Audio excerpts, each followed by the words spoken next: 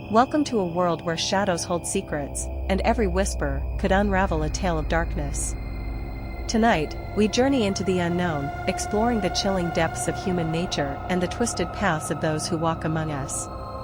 Are you ready to confront the sinister, the inexplicable, and the unimaginable? Stay with us as we uncover the truth behind some of the most perplexing and haunting crimes ever recorded. Brace yourself, what you discover might keep you up at night. Let the story begin.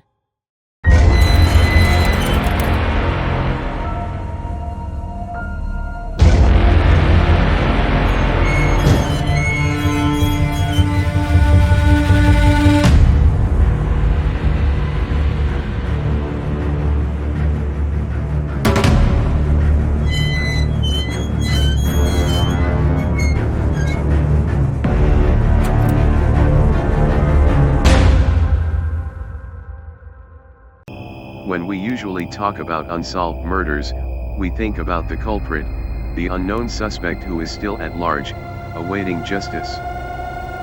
But every now and then, the police uncover a story that almost seems too terrifying to be true, a story that makes you wonder if we will ever know the whole story. This is one of those situations that provokes bewilderment and horror in the psyche. In this case, we know the name and identity of the killer, but the victims remain a mystery. This is the story of Israel Keyes. Israel Keyes was born in Richmond, Utah, on January 7, 1978. Richmond is a small town of about 2,000 inhabitants. It is especially famous for the Pepperidge Farm factory, which produces goldfish biscuits. It is also known for the strength of its residents' belief in Mormonism, as few of its citizens have represented the faith of the Mormon Church in its leadership.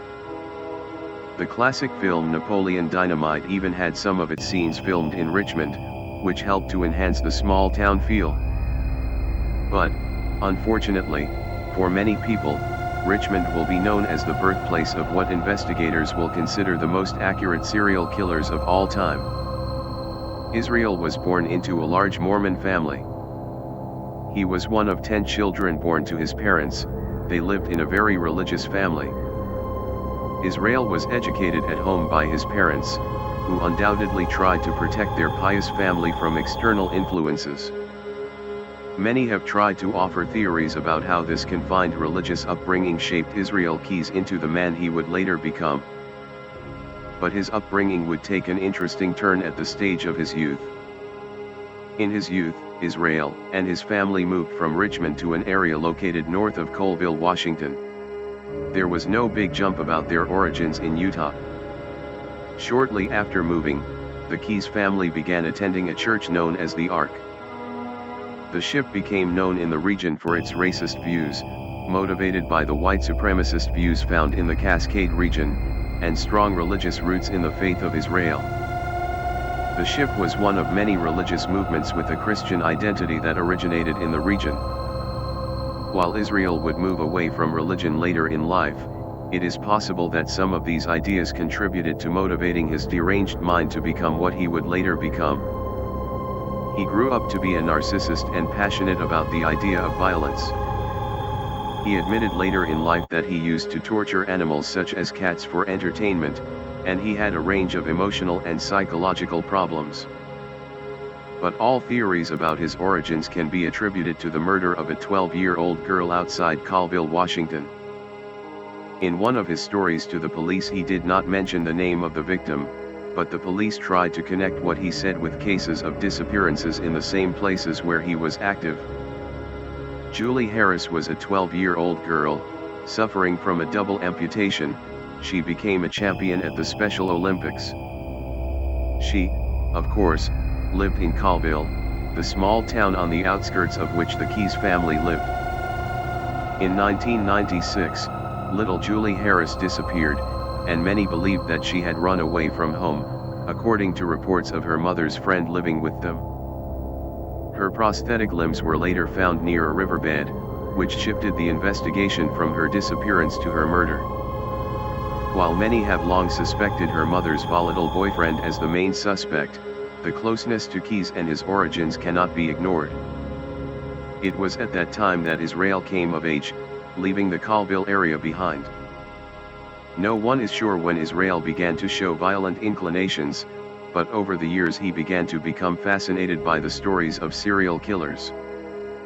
His ideal, according to his confession, was the famous serial killer Ted Bundy.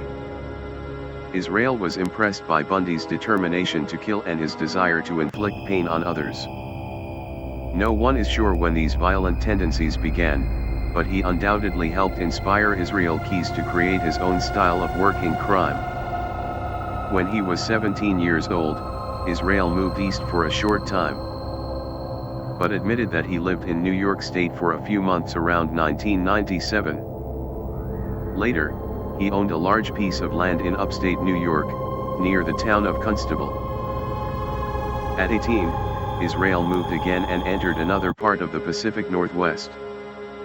He moved to an area near Mobile, Oregon, an area famous for its outdoor activities. It is considered a very small city. In the summer of 1997 or 1998, a group of teenagers were hiking near the Deschutes River during the summer. But for a teenager who is not yet determined who she is, this day will turn into a nightmare. Sometime in the afternoon, Israel Keyes must have spotted these teenagers and taken notes. He waited patiently until one of the teenagers, a young girl between the ages of 14, broke away from the group. According to his testimony later, Israel kidnapped this girl, drove her away from her group. He then sexually assaulted this poor girl, before finally leaving her and running away. The identity of this girl was never found, because she did not come forward to the police. Whether this is a made-up story in the mind of Israel, no one knows, but this is the first crime that Keyes remembers that he committed. After his period of residence in Oregon, Israel joined the U.S. Army. During his service, he reached the rank of specialist, was assigned to 3 different stations, Fort Hood in Texas, and somewhere abroad in Egypt, and Fort Lewis, where he spent a large part of his service.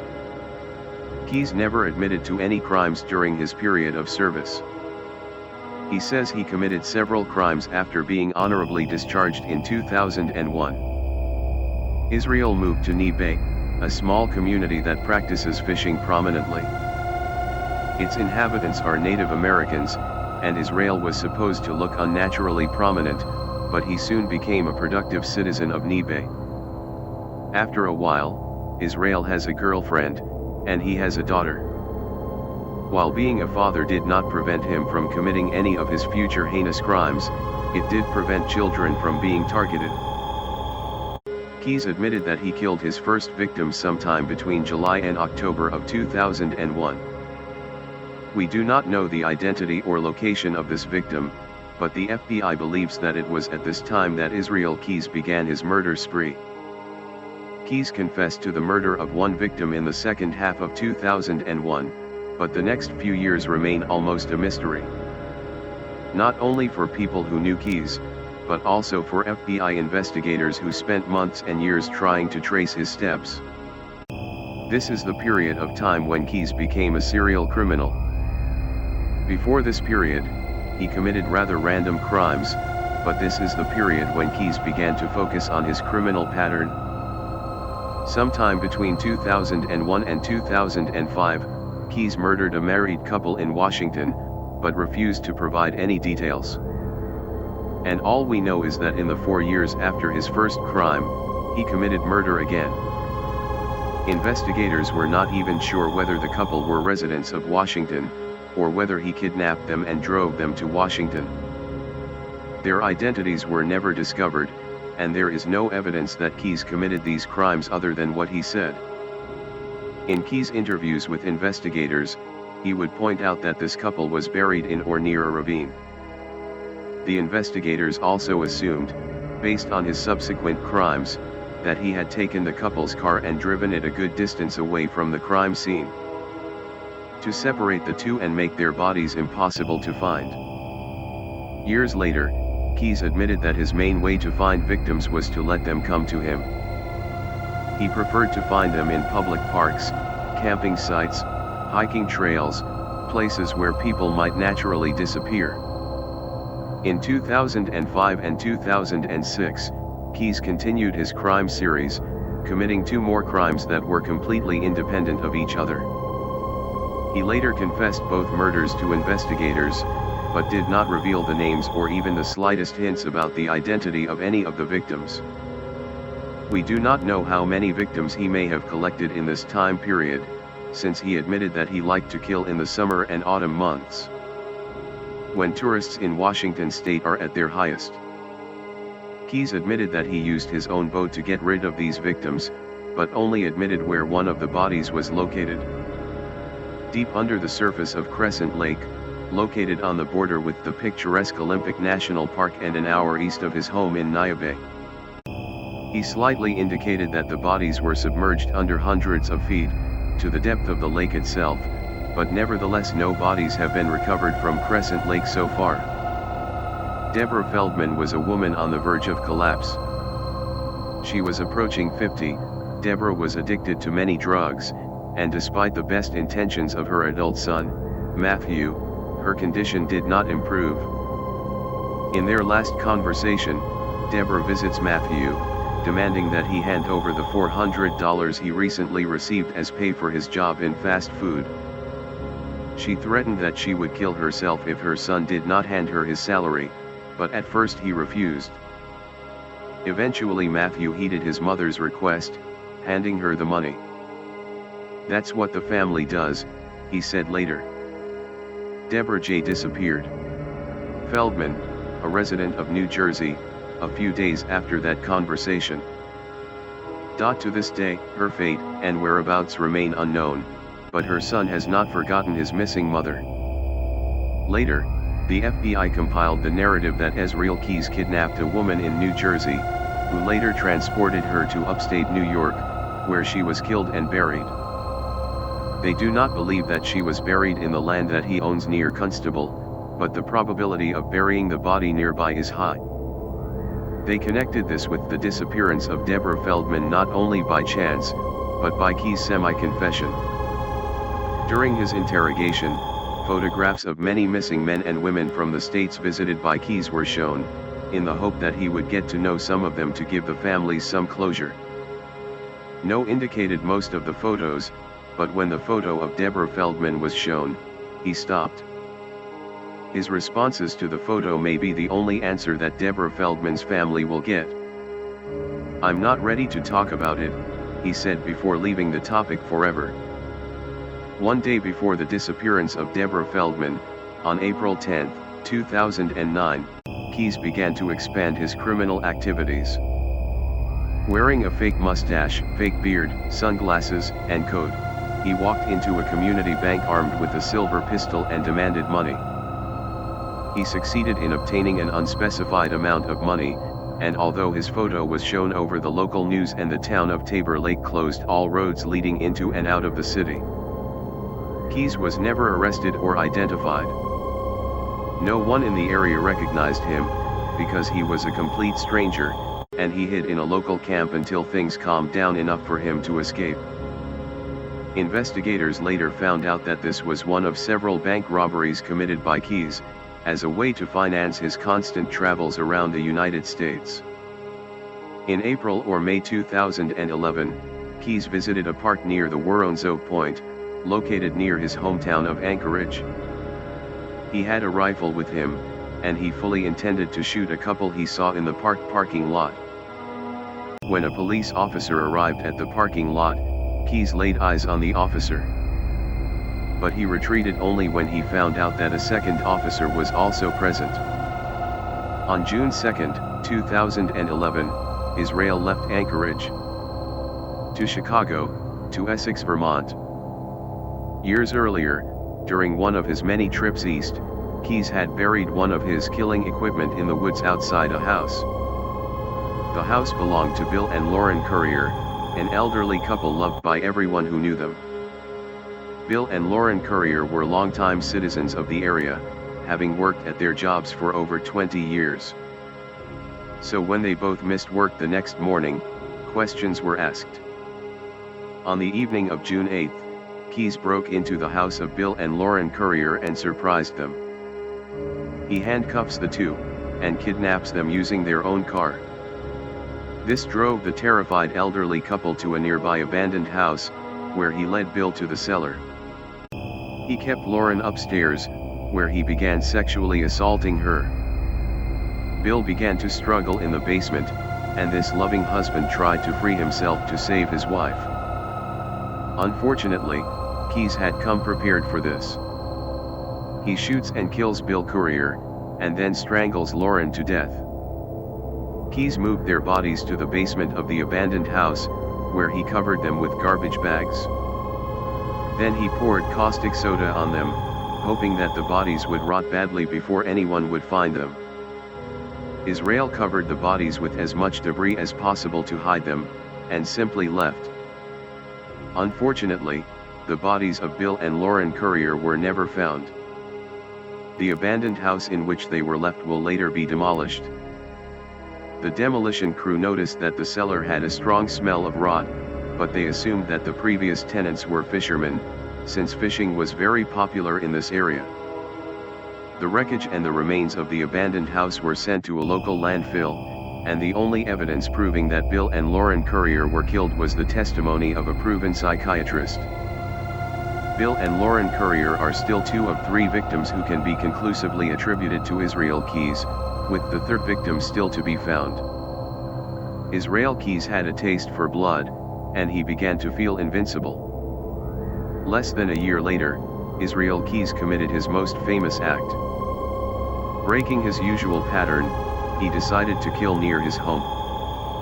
Samantha Koenig was a beautiful 18-year-old woman. She had the rest of her life ahead of her. She was working at a local coffee stall as a barista, and was working the evening shift that night. CCTV footage of her can be seen working hard at the kiosk, cleaning and tidying things up, as the night of Wednesday, February 1st, was very quiet. A man in a ski mask approached the booth, asked Samantha to bring him a cup of coffee. Samantha begins to prepare coffee, but when she goes to hand it to him, he reveals a pistol. He orders her to give him money from the coffee stall, and then enters the stall.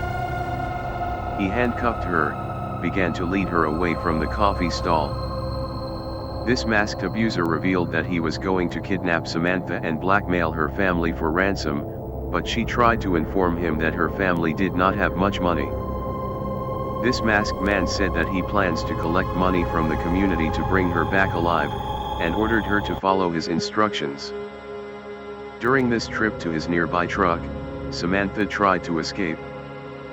Unfortunately, Keyes realized this and caught up with her and knocked her down, threatening to put a gun to her head and threatening to kill her if she tried to do something similar again. When Samantha detains Koenig in his van, Israel Keyes returns to the coffee stall to get Samantha's phone. He saw her phone as a vital part of his plan, using it to send 2 text messages, one to her boss at work, the other to her boyfriend. In this text message, it was mentioned that Samantha had had a bad day at work, and she needed to get away for a few days. He took the phone with him, but removed the battery so that the police could not track him. Keyes demanded Samantha Koenig's bank card, which she told him was in the van she shared with her boyfriend. Keyes drove Koenig to his house, where he locked her in an external storeroom. Raised the sound of the radio inside the pantry, so that her cries would not be heard by any potential neighbors. He threatened her several times, demanding to know where the card is and what the account PIN is.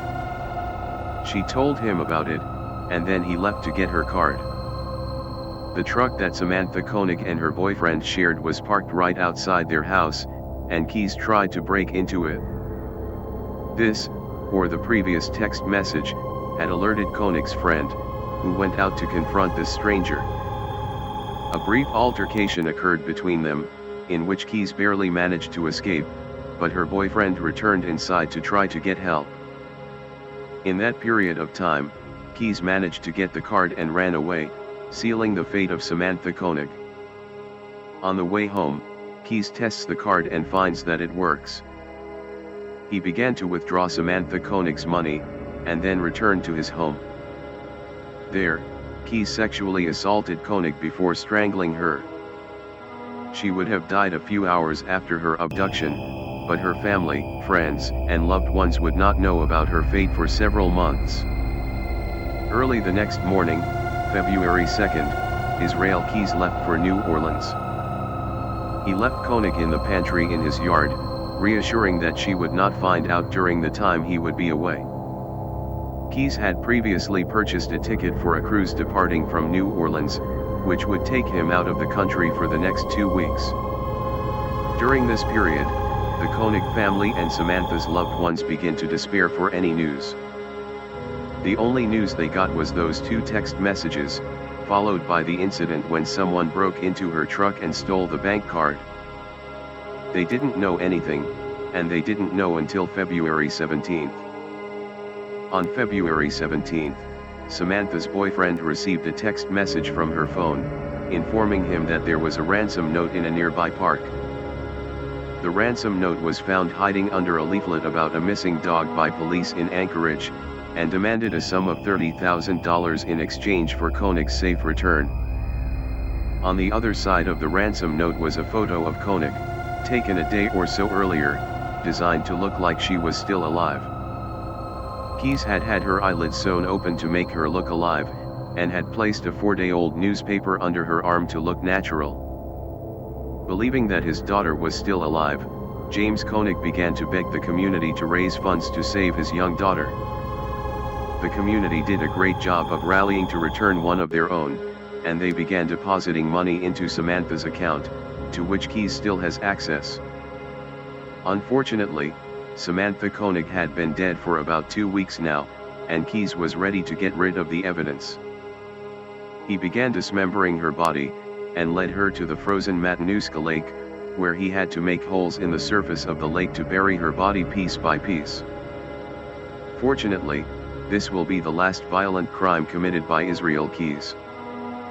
Police began tracing withdrawals from Samantha Koenig's bank account to ATMs in Anchorage, Arizona, Texas, and New Mexico. Now, the FBI was involved in the case, along with the Texas Shepherds, and they soon found out that the person making the withdrawals was driving a white Ford Focus. In an accidental confrontation with a number of Texas highway cops, Keyes was recognized as a person of interest in this federal case, before he was arrested and detained. Surely those officers who came across Keyes had no idea that they had detained one of the most obsessive serial killers of recent times, but they were quite able to safely detain Keyes. Find Koenig's mobile phone in the trunk of the car, and later find her bank card in his wallet. Now the police had caught the random killer of Samantha Koenig, but they had no idea what kind of complex and strange network they had found now. Now Israel was behind bars, and later he would turn to confess to federal investigators that he was behind the mysterious disappearance of Bill and Lauren Currier, who disappeared from the face of the earth almost a year ago. He also confessed to several other crimes during his time in prison, including setting fire to a house in Texas on February 16th. One day before he returned to Anchorage to demand ransom for Samantha Koenig. He also admitted to committing several bank robberies. Keyes admitted to killing about 8 people, but many considered this number to be at the lower end of the spectrum. With the number of insane trips he has made around the country and even internationally, some have speculated that Keyes may have been involved in dozens of disappearances. He admitted to at least one murder in which the body was recovered, and suggested that the police may have considered the death an accident. Investigators tended towards the idea that Keyes had killed one of his victims and then set fire to the house. But trying to find out who exactly this victim was without a confession would be almost impossible. Keyes told investigators that he had buried his murder equipment all over the United States, and so far, few of them have been found, but it is likely that many are still buried there. Unfortunately, after months of interrogations and interviews with the federal authorities, not much information has been found. On December 2, 2012, A few months after he was detained for the murder of Samantha Koenig, Israel Keyes extracted a blade from a razor that he used to cut his wrist. Just as he had prepared a series of covers with which to hang himself. Israel Keyes committed suicide, taking his secrets to the grave and leaving behind a blood-stained suicide note. We do not know all the crimes committed by Israel Keyes. He committed suicide cowardly and took his secrets to the grave. Immediately after his death, the FBI sent an appeal to the public, asking anyone with information to come forward and help them fill in the gaps in their knowledge. They released a series of interviews with Keyes, most of which involved Keyes haggling with investigators and procrastinating on providing information. Keyes refused to provide much information about his crimes, so even the FBI does not know the true fate of his victims. In fact, they don't even know who their victims are. The surviving relatives of Keyes held a funeral for him in the cold December of 2012, not forgiving him for any of his crimes. But, unlike his victims, his family got some comfort and knew his ultimate fate. Some people believe that the FBI reached an agreement with Keyes and reduced the publicity of information about his crimes in order to get some information from him. Years have passed now without any real developments. Alas, we will never know, because this case is likely to remain unsolved forever. Thank you for tuning in to our channel, where we delve into the darkest corners of human nature and unravel the mysteries behind the most notorious crimes. We hope our stories have captivated your interest. Don't forget to like, subscribe, and hit the notification bell to stay updated with our latest content. Stay vigilant, and remember, the truth is often stranger than fiction. Until next time.